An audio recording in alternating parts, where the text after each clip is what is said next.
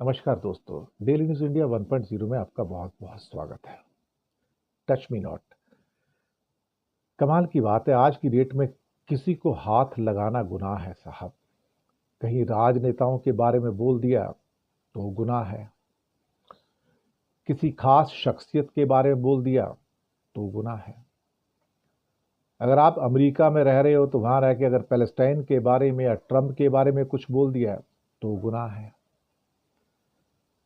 France के एक space scientist एक स्पेस कॉन्फ्रेंस में भाग लेने के लिए अमेरिका पहुंचते हैं।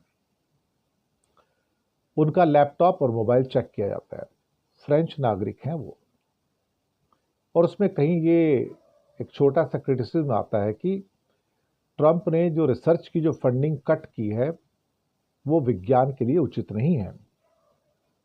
उसको ट्रंप के साथ साथ अमेरिका का आलोचना समझा गया और उसको वहीं एयरपोर्ट से डिपोर्ट कर दिया गया। यानी कि टच मी नॉट, मुझे छूने की कोशिश मत करना भैया, मुझे मत छू लेना कहीं गलती से भी। भारत में कुणाल कामरा ने कुछ कह दिया और उसका ऑफिस वगैरह तोड़ दिया गया, कुछ पैरोडी सी बना दी थी। यहां भी यही हाल है। मोदी जी अमित शाह के खिलाफ कुछ कह दिया, कुछ ज्यादा हो गया तो आप भी जेल में चले जाओगे। हेमंता बिस्वा शर्मा तो सबसे पहले आगे रहते कि मेरे खिलाफ तुम बोल के दिखाओ, मैं तुमको अभी जेल में भेज दूंगा। और योगी आदित्यनाथ भी उसी कैटेगरी में है। टच मी नॉट, सभी छुई मुई हो गए हैं साहब।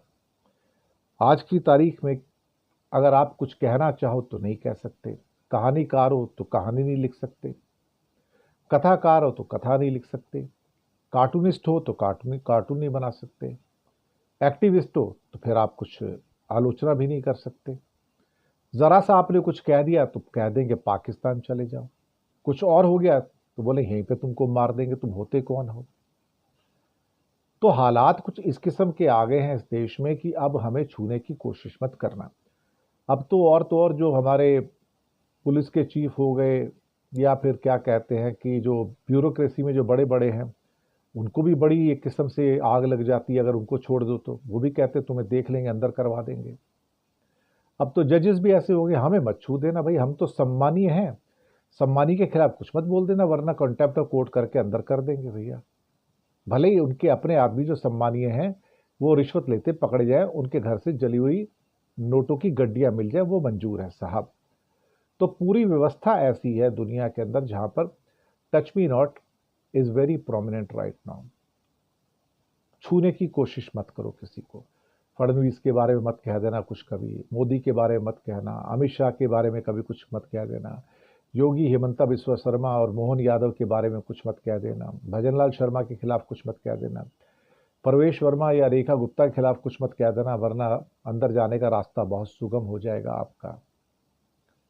अगर यही परिस्थितियां देश में रहती हैं तो फिर यही सही साहब। वैसे इनमें से अधिकतर लोग वही थे जो आज औरंगजेब को कोसते तो हैं, लेकिन पता नहीं जब औरंगजेब जिंदा था तो उनके पूर्वज उस टाइम क्या करते थे, सवाल तो पूछा जाना चाहिए इनको। आज़ादी में इनका क्या योगदान था, ये भी सवाल पूछा जाना चाहिए। शून्य का योगदान था इनके पुरखों का। तो यही बातें होती हैं आज की डेट में, और क्या कहा जा सकता है।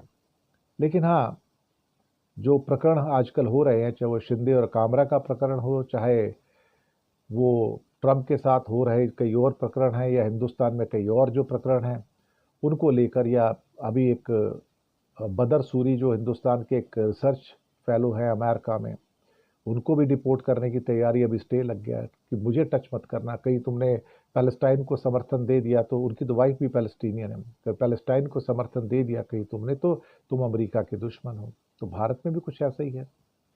अब आप किसी के खिलाफ अगर बोलते हैं तो आपके खिलाफ तुरंत एक्शन होके जेल भेज दिया जाएगा, आपके मकान तोड़ दिए जाते हैं, बुलडोजर चल जाते हैं। अभी आपको क्या करना है अल्टीमेटली। तो मैसेज बड़ा साफ और क्लियर है कि भाई जो प्रशासन है उसके साथ रहो, मोदी सरकार है तो उसके साथ रहो, ट्रंप सरकार है तो उसके साथ रहो। अब यही होगा, और इससे ज़्यादा क्या हो सकता है। हमें टच मी नॉट के युग के अंदर अब सावधान रहना होगा कि भाई हम जो कह रहे हैं और जो बात कर रहे हैं अब सोच समझ के करें, क्योंकि क्या पता कब क्या हो जाए। शुक्रिया आपका।